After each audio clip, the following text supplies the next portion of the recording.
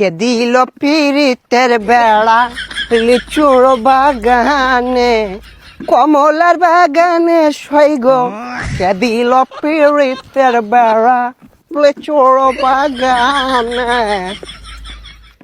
ভাইছে কি অবস্থা, ভালো আছো ব্রাদার?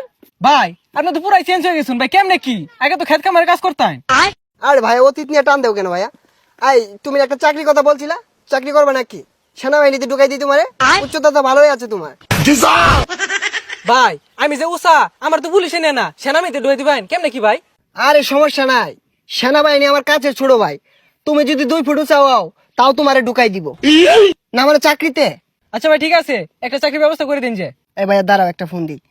হ্যালো কদম আলী, এই মুড়ে আমার গাড়িটা নিয়ে আসো তো। কি কোন ভাই, এই সিভার ওটা এত বড় গাড়ি ঢুকাইতেছেন ঢুকবো? আরে সমস্যা নাই, আসলেই দেখতে পারবা।